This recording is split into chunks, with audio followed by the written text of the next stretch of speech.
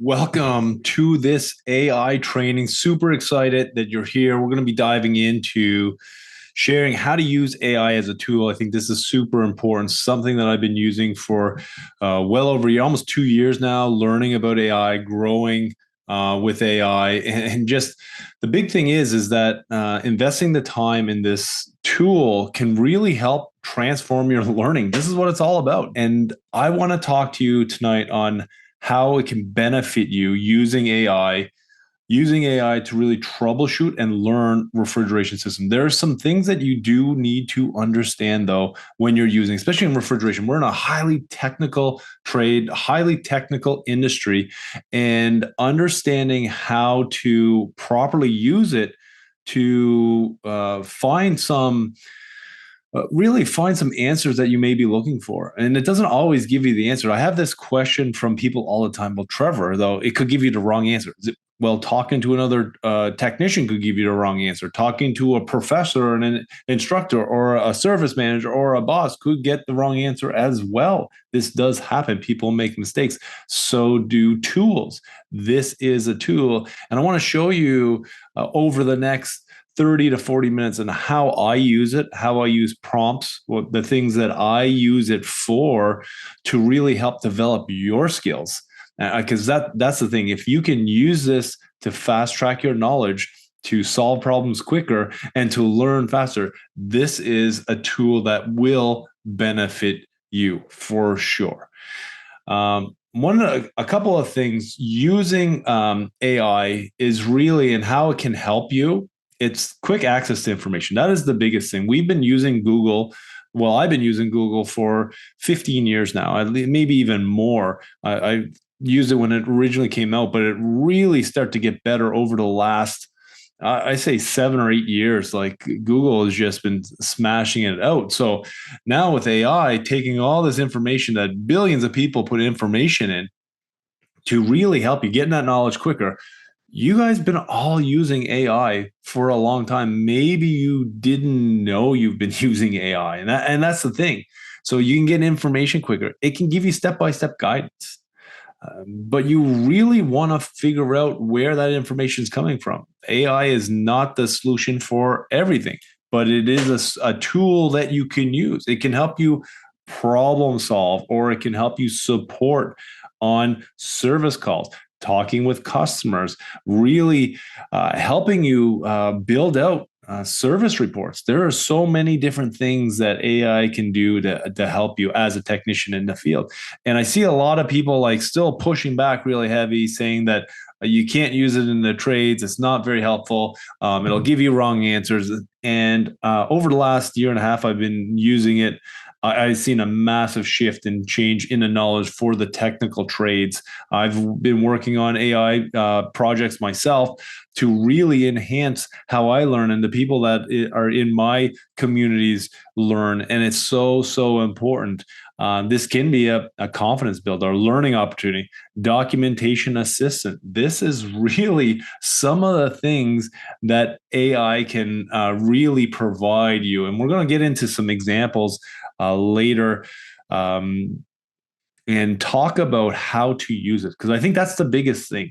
A lot of people don't know how to. Well, a lot of people don't really understand yet how to use the tool properly, the proper prompts that you need to use, how to the right questions to ask. A lot of people say, well, if I don't know anything about this topic, how can I really learn? Well, that's true. You do need to know something about certain topics because it may give you information that may not be really what you're looking for. But that's when it comes back to your prompts. What prompts are you using?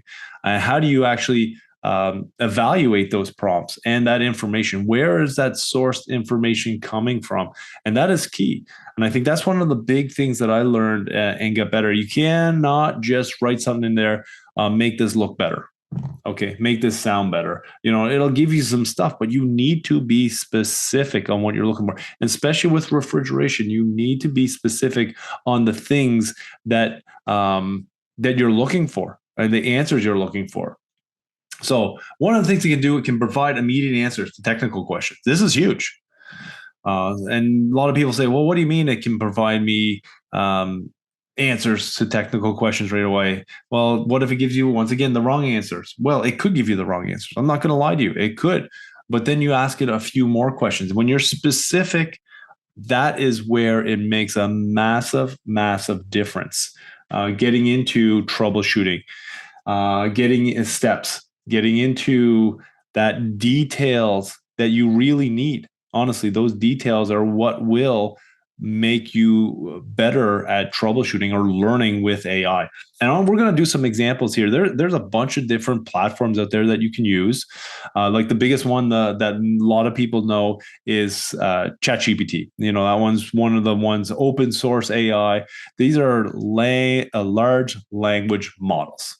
And really what that means, the large language models, and these models are really have a ton of data coming in from billions of data points.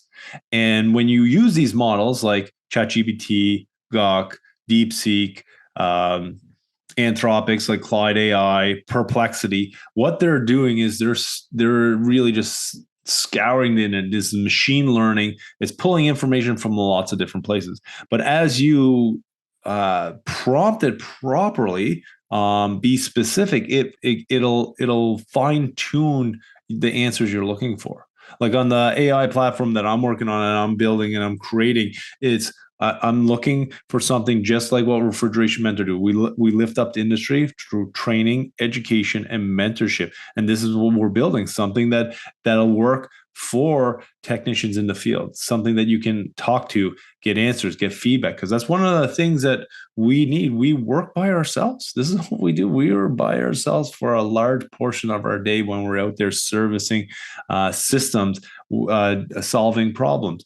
So having something to bounce ideas off makes it so much easier to really learn quicker. And there is so much knowledge that's on the internet today that really can help you. That's where everybody goes. If you're going to look for answers today, you're not going to some people are. I go to the library and do some research, but for technicians in the field, they're going on Google, YouTube, social media to find answers. All those answers there, like YouTube, for example, there is billions of videos on there, training videos, technical videos from manufacturers to experts. We have tons of videos, for example, on the Refrigeration Mentor YouTube channel. So if you go there, there is hundreds of CO2 videos. And so you really want to make sure you find out where it's sourced from, so that information, like if it comes from a large manufacturer or if it comes from a very reputable source, and are multiple reputable sources, you probably can use that information as being liable, like the correct information. And that's one of the big things. And we got one question here, like a quick question. This is a pretty straightforward question. What should the superheat set point be for a medium temperature case? Now, I want you to think about that. Is that as easy? If an apprentice called you up and said, what should the superheat set point for a medium temperature case? Are you going to give them just a blanket answer? Oh, it should be 10 degrees superheat or 5K. But there's more to it than that. Are you doing it from the evaporator? Are you doing it from the compressor? Is it the system superheat or the evaporator superheat? Is it the discharge superheat? No, I guess the discharge superheat wouldn't really make sense. But this is something that is not very specific. And we're going to throw this in as an example to see what it pops up. But I hope you think, throw it in the chat or in the comments what you think it's going to say. And maybe you've tried this before. But we'll throw it into a couple of different scenarios, because I think that's important. You got to use the tools as much as possible to really find out how they work, what is really going to come up as a prompt. So I'm just going to throw this in here in chat GPT. So this is the non-paid version. I recommend getting paid versions for whatever AI, at least try it out for a month to see the difference, because it is a massive difference, because they can start to learn and you can build prompts around them and how they work. So, but this is pretty basic. There's no structure around this question. Just what should your set point be, superheat set point. So we'll just hit start, and then now it gives a bunch of information. Okay. 6 to 12 degrees F. Once again, it all depends. Maybe you're doing a low temp application and you want lower superheat. Maybe you're doing a chiller application and you want higher superheat. So this is why this is not specific enough. Could this get you in the range? For sure. But if you're trying to do, say, an energy optimization, maybe that coil or that plate heat exchanger needs to be at a different superheat, designed for a different superheat. That it didn't even ask, is it a glide refrigerant or not? So these are the things that this is a basic answer, but how can we make it better? That's the question. How can we make it better? You can add things to make it, try to fine tune it. So this is a chiller from my good friend at Pro Refrigeration. And would you know the superheat they recommend out of their manuals? Let's see what it says.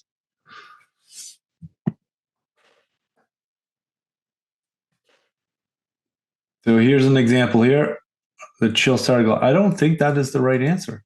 And maybe I know I do some some work for them, and it's 20. So let's go. Where did you source this information? Pro tip from Reddit.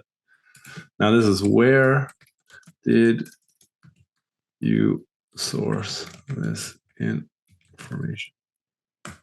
So this is where you got to find out where it's coming from, because the biggest thing is you want it to come from the reputable source. Where did they find it? They still didn't. Official Pro Chill Star manuals. Let's see. Manual. So it's coming from there, but I don't know. Let's see. Check out the sources. So boom, boom, boom. HVAC magazine right here. Let's see what is it. Let's pull in. So this is what you do. This is how you do the research. And does it say in here? It doesn't say in this document. So I don't know how they pulled it out of this document right there. Okay, let's try another one. See if it has it in this document.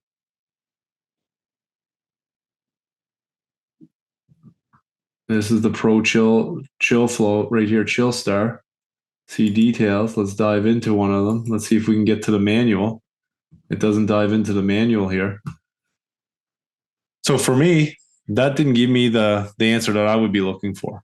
That's why you need to understand how to do this research on it.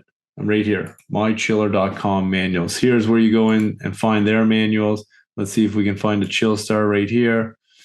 And how you search the, oh, maybe you got to click on one of these, Chill Star. It doesn't pop out their manuals. Let's go back into products. We'll try it for one more time. Technical support. And just bring us right back to the manuals. Let me see.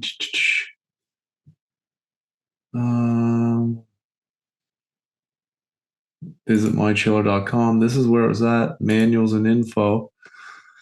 Chill. That's the engineering data. Additional manager. Let's see. My chiller.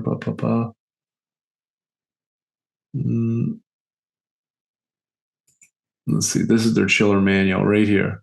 And then you go Control F. This is a thing. Control F, and then go to superheat.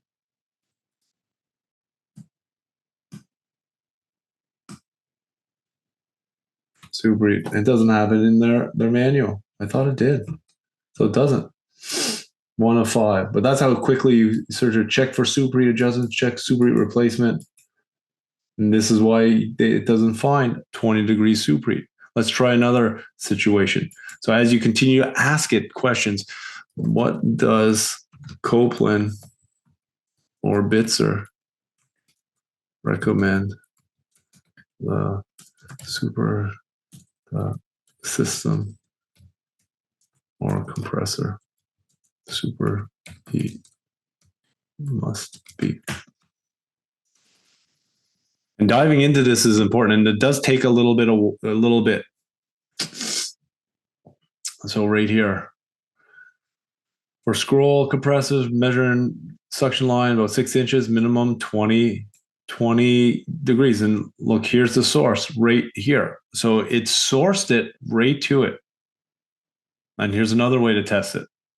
If you have liquid coming back, Bitzer right here.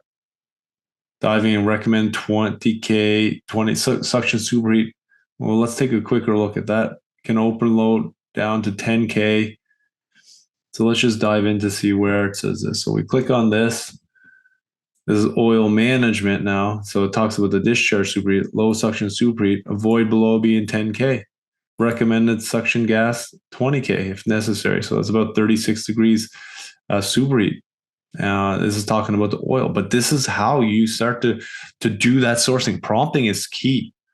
Prompting is key to make sure that you are getting some of the right information and following up. So these ones are pretty basic. Like you can find these just going on Google and finding some of these answers. And the sources is really what you want to look for. But now just say I'm having an oil issue on my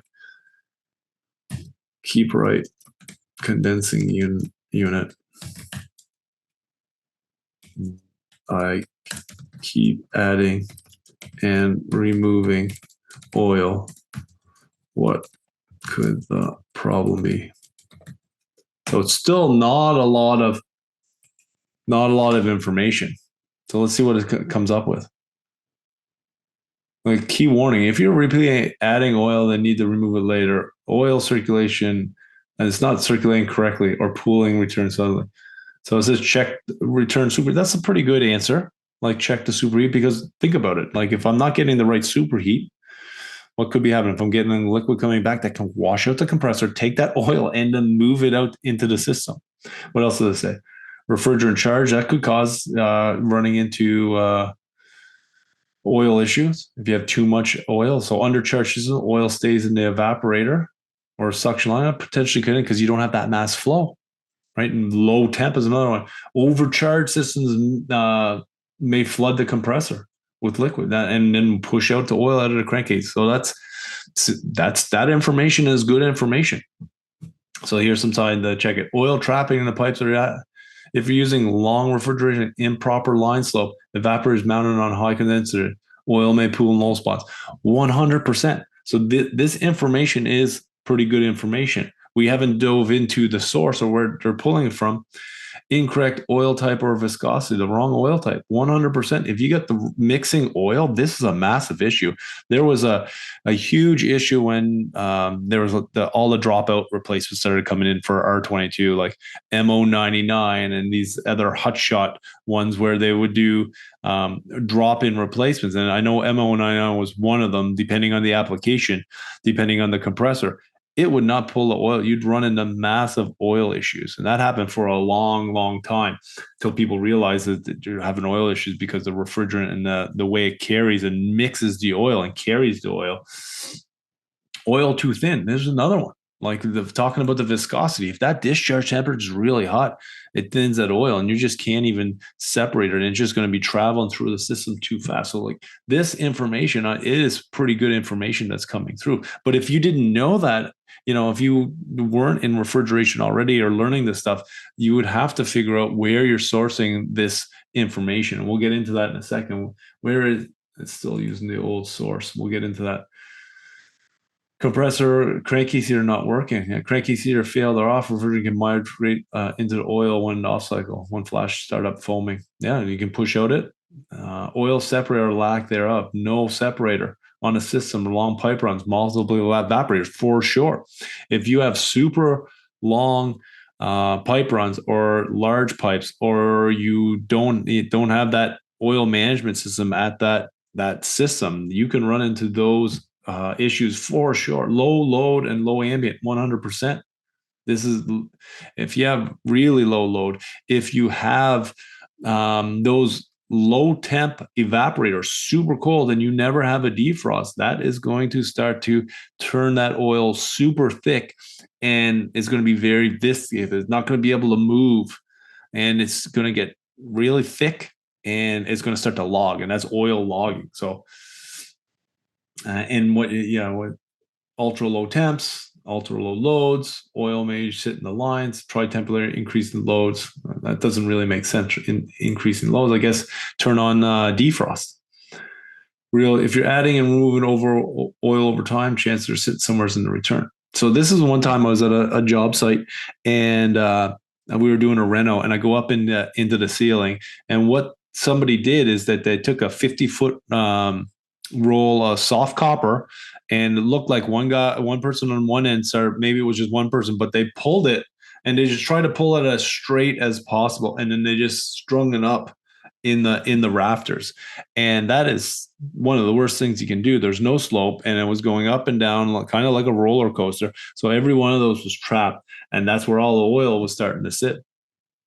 And then diving into it, let's find out a little bit more. Like, where did you source this information? Where did you source this?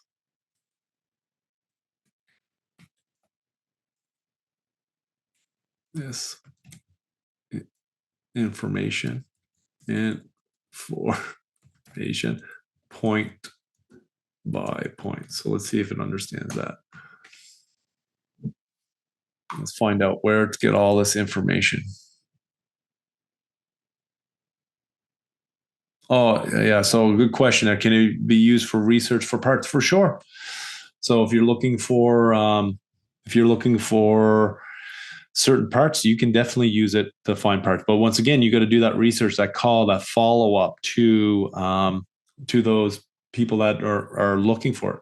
So right here, essential slope, 1/4 inch per 10 feet, from my good friends at the HVAC school, Brian Orr's team down there, like that's a reputable source. So I would take that as great information.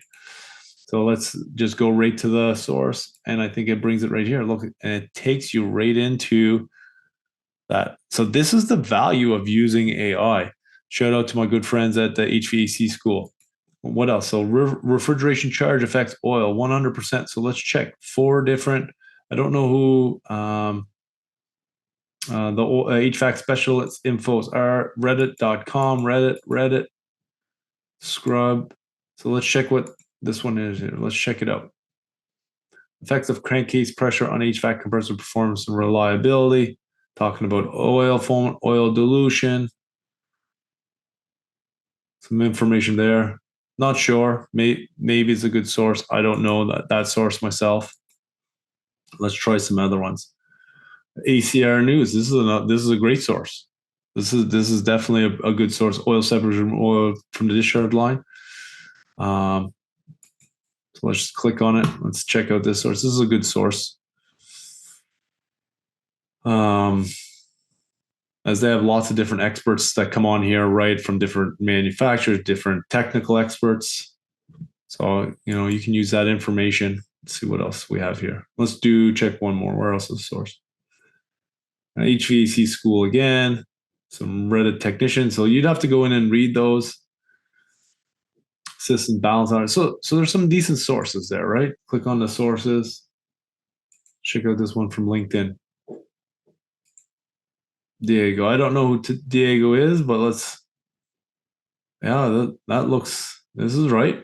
100%. When you start to get super high, you'll need traps. Sometimes you'll need a P trap at the bottom and inverted trap at the top, depending on your heights.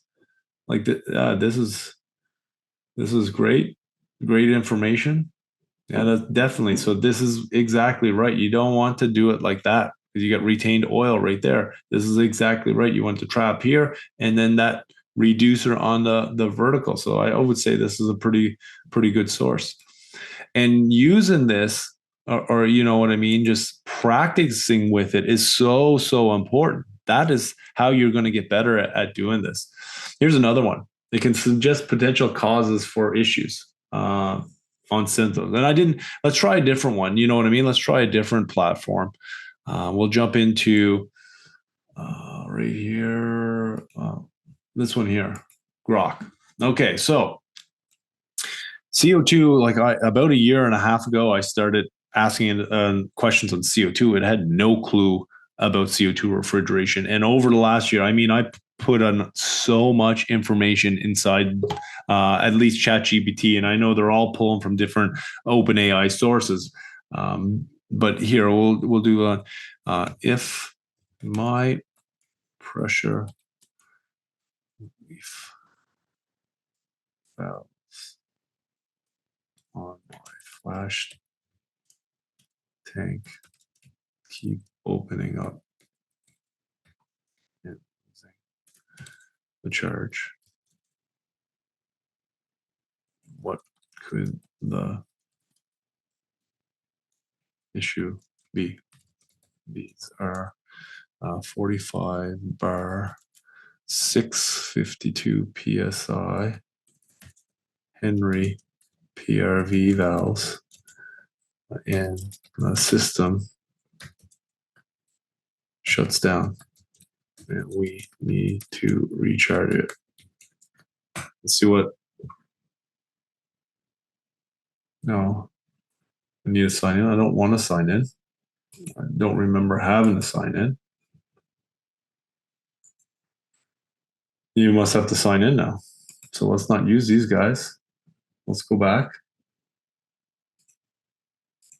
I apologize for that. I don't remember having to sign in with these guys. I didn't want to show you stuff that you guys can use if you don't want to pay for it. So let's try another one. We'll do it by maybe Perplexity. I wonder if Perplexity running into an issue on a CO2 that's critical system, pressure flash tank pressure relief keeps opening and losing refrigerant. These are Henry 45 bar 652 psi PRVs. What could be causing this? Let's find out what it says. Kaiser Warren, Evapco, YouTube. Let's see what else here. So these are pretty good sources right off the bat. Okay.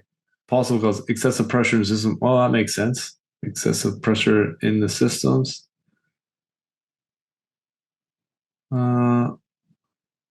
We'll check that out in the system design. Sizing issues. It could be sizing, pressure, temperature foot, rapid increase in temperature for sure. Pressure relief issues, faulty, could be sticking for sure. Refrigerant overcharge, that's for sure one. Check flash gas, bypass valve, monitor system, test the PRV. Well, that's it. And then it gives you some more information. We got a question here. How often did you see AI giving false information? That's not too often. Or I shouldn't say that. Sometimes there's a percentage of times that it gives wrong information. I'm sure just as many times as somebody in the field giving you wrong information or not correct information. It's not always that it's wrong. It's just not 100% right. It's like someone saying to you, like, okay, just go burn in the pipe and burn in the system and then pull an evacuation and charge it. Or saying, put your vac pump on, and then when it's in the green on your gauge, it's good. Then you can start to charge it. Well, green could be good, but it might not be until you put a micron gauge on it. So it all depends. It does definitely give you faulty information, but I see a lot of information out there that can be fine tuned. I work with a lot of people, and even like talking about compressors, when people talk about superheat or talking about setting up a valve, there's terminologies that I see that are not 100% correct. So that's why I'm very diligent on learning. Like when you talk about TD, for an example, temperature difference, like you get different answers from a lot of different people. Some people think it's the delta, like it's the in and out, but it's actually the refrigerant versus the air. And it could be from the supplier or the return. So it all depends. This is why you have to do the source. Then you have to do the research on top of that to make sure it's not. You got to get into the books and the reputable books when you're looking for the stuff, and then the reputable videos. Let's see what it shows for videos. Oh man, look at this.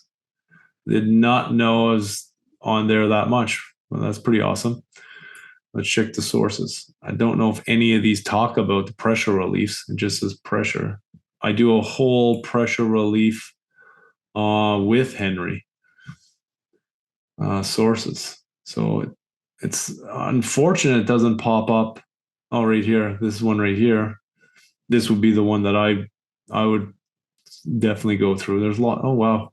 Refrigeration mentors on there quite a bit. Well, we do a lot of CO2 talks. But yeah, this one. Hey, this trouble. No, it's not that one, but this is it. Going into the different stores. Let's see right here. I think it. Yeah, this is one of their newer manuals, but I don't think it talks about. Let's go Control F. Relief. So relief valves. There's 33. It says in there. Let's see if it takes us right to the relief valves. So it talks about 650 psi relief, but it's not. It doesn't talk about what could cause it to relief. You know what I mean? I heard that the more we use it, the better it will get. Yeah, so that's a great thing. So that's why, like, I pay for the AI services, and when I get it, you can get into your own where it's not teaching the models. So if you just use the free one, like I was using right here, just going into these free ones, it's teaching their models. But if you get into a paid version, it's supposed to be more private, and that means that it shouldn't be shared out in there. And that's hopefully that they're doing that. And it's important to check that. But when you buy the paid version, at least I would recommend trying for a month, because everything that I type in there now, it knows me. It knows the things that I'm looking for. If I'm trying to write, fine tune an email, I'd write out the email and say, can you fine tune this to this person, type of person I'm emailing, or this is the type of response that I'm looking for. So I could take an email that comes in now. You can put it right into this prompt section. And so you build your own little prompts. Okay, so I want to look for this point, this point, this point, and this point. And then when it goes into that email, it will write out a response for me. If I wanted to do that and take a look at it, and then you always have to read through the stuff. And that's the same thing with troubleshooting.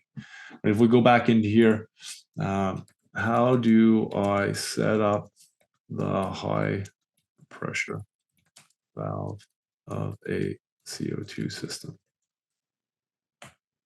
See what it says. Flash tank pressure control, troubleshooting. That doesn't really come up. Transcritical refrigeration journey, servicing CO2, PRVs. I figured that one should have came up last time when we were talking about PRVs, because we went through that stuff in there. I'm super surprised how much Perplexity is pulling up refrigeration mentor content. So understand this, identify the high pressure valve typically located on the outlet of the gas cooler, CO2. Yeah, that's exactly right. Know your pressure limits. Ensure the operator safe design between 90 and 40 bar. Yeah, there's some systems that not many that are that high, but here in North America, it's probably about 120 on average. They go up to 130. Install mount valve flow indicator. Yeah, that's it. Actuator. Well, does it have an actuator? Depends on the controller. Usually, it could be a motor. It could be an actuator. So it's not perfect. Honestly, it's not perfect, but there's some good information in there. Let's see what it says here. Setting up an RDM controller. Once again, let's see what it has for videos. Yeah, CO2. Let's try something. Let's go here and try ChatGPT. Same question. Let's go back. Just pull up the same question. There's that question. How to set up, copy. And this is what I do is I go to different platforms and I try different questions. So here, and honestly, when I did this probably a year and a half ago for the first time asking questions like this, it didn't even know. HPV was talking about some sort of health some sort of disease. And now at least it knows what we're talking about when I CO2 system in there. HV control the gas cooler pressure 100%. So that's what it does. Maintains optimum COP when it's above transfer 100%. Avoids excess discharge 100%. Balance between the flash gas and liquid yield 100%. There could be a few more on there. Control subcooling. It maintains head pressure. So it's like a whole back valve. So there could be additional stuff on there. Step-by-step set point. So floating pressure, COP. So this, you can't really, that's done in the controller. So if you go into the microthermal, the iPro, the Danfoss, it's all done in there. But it gives you like the initial set point. I wonder where it's sourcing all this information. So it might be using Danfoss. So that's the Danfoss one. Talks about a little bit of control modes that you would set it up. Let's see. Let's go here. Where did you source this information? And can you write out a step-by-step checklist for me to follow when setting up? Let's see what happens.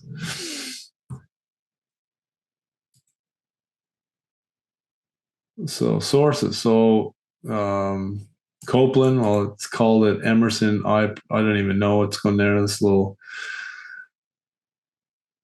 So like if you get Copeland, Danfoss for sure.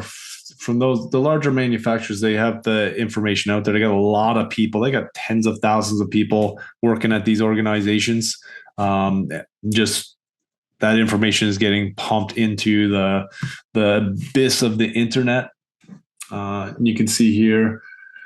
So know your model for sure, identify the controller for sure, confirm pressure sensor capabilities for sure, ensure gas cooler sensor is installed for sure. So those are important stuff. Select control, fixed pressure floating, COP. Yeah, you will have to set some of that up. Set P and IDs, set pressure P and IDs. Well, it gives you some examples. And it's coming from Manuals Plus and not coming straight from, because now it's not called Emerson iPro anymore. It's Copeland. Everything's changed to Copeland. So you can see it's not given 100%. And I don't like going from these Manuals Plus. But let's go here and click on the sources. If we go down and find they're scrubbing all there. Oh, look, refrigeration mentor up there again. Love that stuff, seeing that pop up. So we got Danfoss sources here. We got some Reddit. So what you need to do, so this is coming from Danfoss. You got to do this. This is using AI and diving in just like that. Another one could be like is another good one that I use, and I when I'm doing, if you're out there and you're a trainer and you want to help develop your team and help teach them, you can use AI as a quick tool as well. You can be like you're doing a toolbox talk, and you're going to do a compressor replacement. So what you can do is like, can you create a 5-question, watch this, multiple choice questions, 5 multiple choice questions with answers on how to replace a compressor. Well, let's do a more specific, a scroll compressor in a low temp condensing unit. So another question, I use it. It does help identify if you upload pictures on what equipment you're working on unpaid version, 100%. So you can upload pictures, you can upload things. When you're doing this though, and you're using it, that I let people know that when I'm using AI, when I'm not, it's always for saving time. And for me, if you're using AI as a tool, it's to help reduce your time, to help you either solve a problem quicker, learn something a bit faster. Once again, you still have to do your due diligence. It's like anything; it takes 7 to 11 times to hear something, see something, do something to really get the hang of it. And that's the same as this. So here, for example, before replacing screw rate, what must you do first? Open high side surface valve, power off the condensing unit, lock out, tag out, remove the compressor capacitor, vent the refrigerant. Well, like, that's a great one. Now, that's a great question that you can give to them. Which is the following critical reason to install a new filter dryer? To regulate refrigerant, to enhance cooling, to remove moisture and acid from the system, to act as a muffler. Like that, bang on. There, that is exactly right. That, and then it's giving you a compressor burnout failure leaves acid moisture in the system. New filter protects 100%. So, like right there, within literally 5 seconds, I pulled up a thing that I can help some people on my team. You know what I mean? You got some technicians in your toolbox talk, and you can do this to really help build up their company. These aren't super hard questions, but it's something that new people won't know about if they never have done a compressor replacement before. Let's try it. After installing and replace compressor and evacuating, what is the next step before energizing unit? Both service valves be valves and turn on power immediately. Confirm vacuum held. Add oil to the system blindly. Check for frost and suction. B, confirm vacuum held, weigh in the correct refrigerant, and monitor startup conditions for sure. So, you know, and then you can do this a little bit more. Just say you're doing a job hazard assessment. Just say you're doing a crane lift. That, you know, these are just great things to kind of give you quick ideas. And then you can always go like, where did you source these questions from? Let's go ahead and find all the. So right here, HVAC School, Nate, RSES, Danfoss, Sporland, like great recommendations. You know what I mean? So there it is there. So this here is how you can fast track your team yourself. But it gets better. Like this is just the start of it. Okay. We kind of went through that. See, so some of the things is that you can faster troubleshooting. That is some of the things. And I just showed you a few things on faster troubleshooting. Even those last 5 questions that I just showed you, you can. That's troubleshooting. Adding a filter dryer. That's a huge amount of troubleshooting. Instant access to information. You just seen how quick it was throwing up information. Not all perfect information, except on Perplexity when I was pulling up all the refrigeration mentor videos. But access that information very quickly.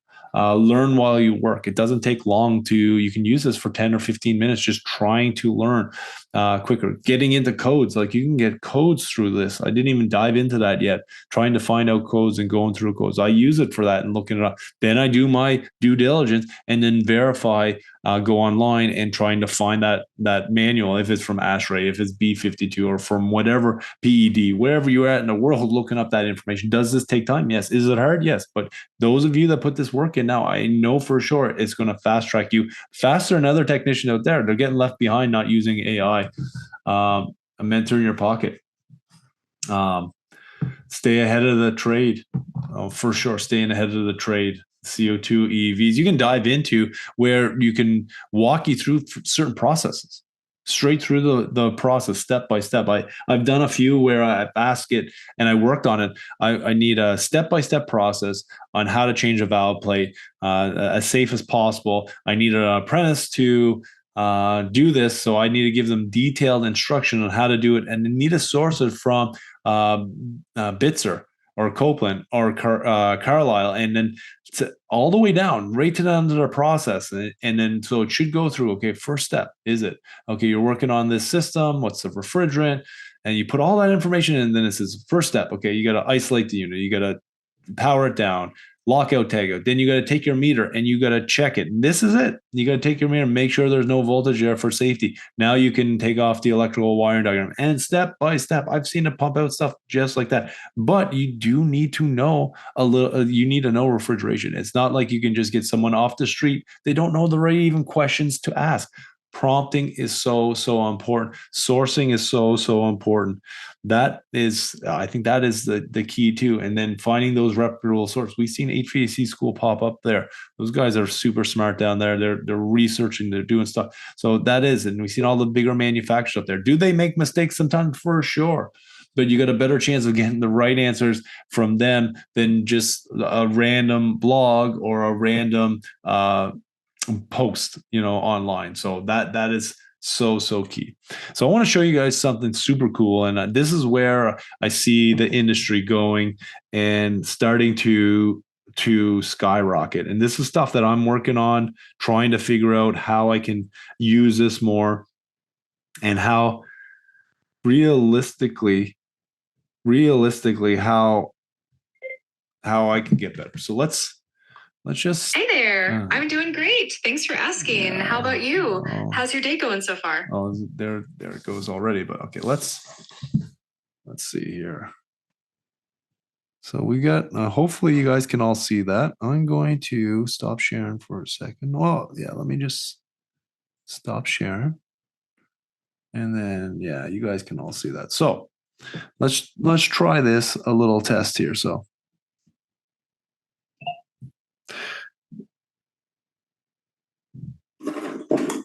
What is this device? That looks like a transformer, probably a small control transformer. It's got a few wires coming out of it, and it's typically used to step down voltage for different control circuits. Are you working on a project with it? What does a 10 VA mean on that? So the 10 VA rating stands for 10 volt amperes, which is a measure of the transformer's power capacity.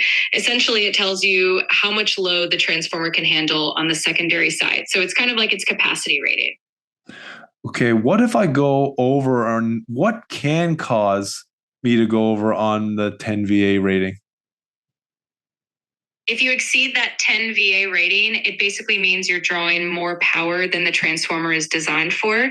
That can cause it to overheat, which could damage the transformer or the connected devices. So it's definitely important to stay within that limit to keep everything running safely.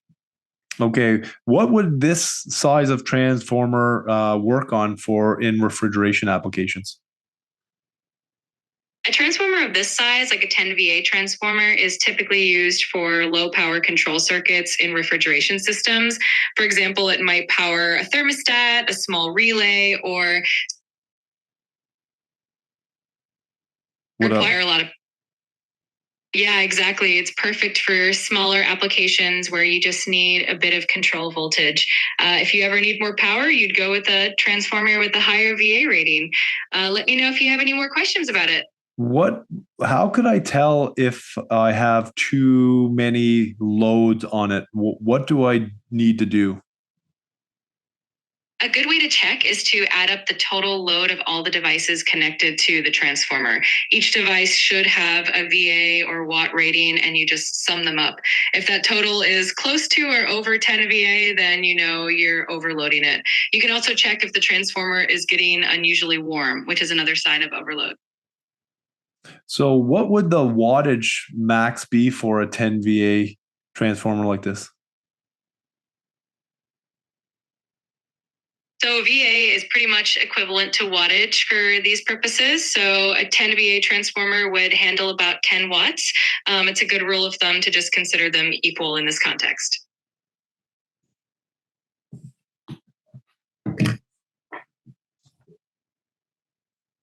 So now what do you think of that? You know what I mean? Like, and this is how we will continue to evolve with AI. I thought that gave some good answers. It wasn't perfect. It wasn't perfect, but it gave answers that I think was really good, and literally very quickly it gave answers. And man, I love looking at this stuff. I love working on this stuff because as I continue to evolve, as I continue to learn about AI, especially in the refrigeration side, because that's where I spend a lot of my time learning about trying to come up with solutions to really fast track the people that I work with, the people that come into my training programs. I want them to get better. I want them to learn faster. And today, we are learning faster than ever before. I hear this all the time. Is like, oh, the younger generation, they don't work as much. They don't know as much. They're learning faster than me 20 years ago. Like they get so much access. They're solving harder problems. I was on a talk today with a bunch of awesome technicians from around North America, and we were talking about this. Like 20 years ago, we didn't learn as fast as the people coming in the industry today. People today, they're working on VFDs, ECM fan motors. They're troubleshooting electronic valves. We didn't even know what an electronic valve was really 20 years ago. So it's crazy that how quickly people can learn. Yeah. So I got a question that is, what is the name of that? That one there is ChatGPT. That app there, and that's the paid version that you can do. So and this is it. And as it continues to learn and grow, it's going to get easier. We are training the robots to take our jobs. AI is pretty well. Robots are going to take lots of jobs. They're going to take lots of jobs, but we're going to evolve to figure out how to work with those robots. That's reality. It's already happening, but we got to figure out how to work with them. That's it, because there's huge advantages of it in hazard locations. Having robots, and already today, and for decades, they'd have robots going into hazardous locations to service, fix something. And it is so cool. What's going on in this industry? I got a question. Will AI play a part in future in HVAC service besides information? Yeah, 100%. It will. There will be robot technicians. Like at some point, there will be. There in factories around the world now. There's people like car manufacturers that are buying tens of thousands of humanoid robots to work in their plants. We just need to understand the way we separate ourselves from those jobs there. That it's a changing world. Same with AI. There's tons of AI in HVAC, in refrigeration now, and it's going to continue to evolve. And it's how do we continue to play a role in it? So you want to keep up to date with this stuff. Is it scary? For sure. Do we have to be cautious about lots of things? 100%. 100%. I listened to a podcast, generative AI, with Emily Laird. You can check her out. She's on LinkedIn. But I listened to all her different podcasts and trying to keep me up to date because she's an expert at AI and the transformation and what is happening and how we need to be safe and secure and how to use it. And nobody really knows at this point. And hopefully more regulations will come in and continue to monitor this, because there's things that and people that are going to use it to not do good things, right? So what we need to do as in our industry is learn how to use this, learn how to work with it, make your life easier. Like I didn't dive into it, but we do a customer service training. And one of the sections is how to use AI to prompt stuff. So when you're having a conversation with a customer, or before you go into a heated conversation, or it's going to be a heated conversation, what are some of the things that you can bring to the table for yourself to prepare you for that conversation? I've used it for sure. I would have definitely started using it long before that I found out about it back in 2014 when I got off the tools and started working in an office. I couldn't write an email. Now I can write great emails. I still need help sometimes, but it doesn't take me 2 hours to write an email anymore. Because I evolved, I worked at it, and I trade. Now with AI, I can write an email. I can say, okay, fine tune this. I'm writing to this person. I know them for this long. This is how I want it structured. This is the couple questions I want to ask. Now lay it out, and then it'll spit it out. I would read through it. I'll change a few things, and then I figured that out, and I'd make sure that it's what I am looking for. I'm going to throw I'm going to throw it in the chat. So someone's asking about the electrical troubleshooting. So if you're interested in a free electrical troubleshooting training, just dive right in. This one here, it's really to help support you. We got tons and tons of training at Refrigeration Mentor. We have communities.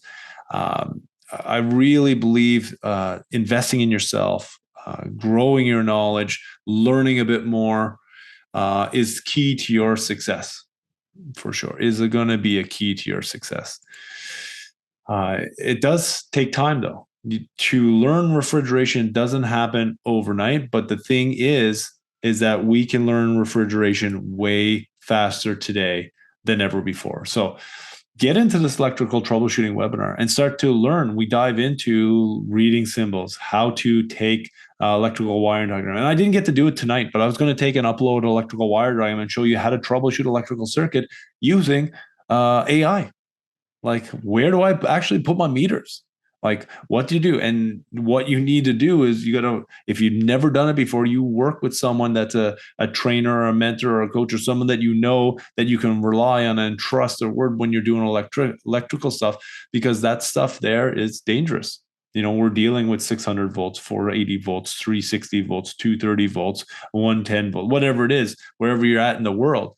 So it's so important to definitely do it safely. But get into this electrical troubleshooting webinar, dive in and learn, get a little bit better. And all the things that that's difficult for you, I really believe that you can go and start using AI to strum up some information, be curious, ask it some more. This is why I'm building different AI apps and agents. This is why I'm doing it, because I know it's going to be very helpful for the people in my circles and the people around me, to help them to learn faster, to grow quicker, to help uplift the industry. Definitely get into this electrical troubleshooting training. Thousands people have taken it already. Hundreds for sure. Definitely a few thousand people, and always get good feedback. It's like, man, this is helpful. So just jump into it, check it out, learn from it, grow from it. This is what it's all about. And once again, thank you for taking the time to watch and check this out. I think just having an open mind to use AI in refrigeration is going to be key. It's going to help you be successful, honestly. You're going to learn faster. You're going to grow quicker. You can help your team. You can help yourself. And that's it. I'd love to hear any questions or comments. We do have a hub as well, a community where we go and we learn from each other, we grow from each other. And this is what our industry is all about. It doesn't matter where you're at in the world. If you're in refrigeration, we're doing the same thing. We're doing the same thing here as is in the UK, as is in Germany, as is in Japan, as in Australia. Refrigeration, we're moving heat. That's what we're doing. We're moving heat. And around the world, we're working on air conditioning. We're working on chillers. We're working on refrigeration systems. This is so great. So go check that out. Head to the Refrigeration Mentor website. We've got trainings going on all the time as well. Like, we got a supermarket training coming up. We got a CO2 training. We got a compressor masterclass training. We got a chiller training coming up. Lots of different trainings. I'm running a design course right now. Like, this is what we do at Refrigeration Mentor. We're training the industry to help you grow and learn and get better. And that's what it's all about. Like, how do we get better tomorrow, but it'll be a little bit better tomorrow than today. Super awesome that you took the time to come and listen, watch, grow. If you ever have any questions, reach out to me. You know, head to refrigerationmentor.com, go down to the comment section, or go down to the contact section. All those emails come right to me, because I'm here to help and support you to get you to the next level in your refrigeration career, in your business, whatever you're doing, whatever part of the world. We're really here to support you. Have a fantastic one. And as always, let's get a conversation going. See you all.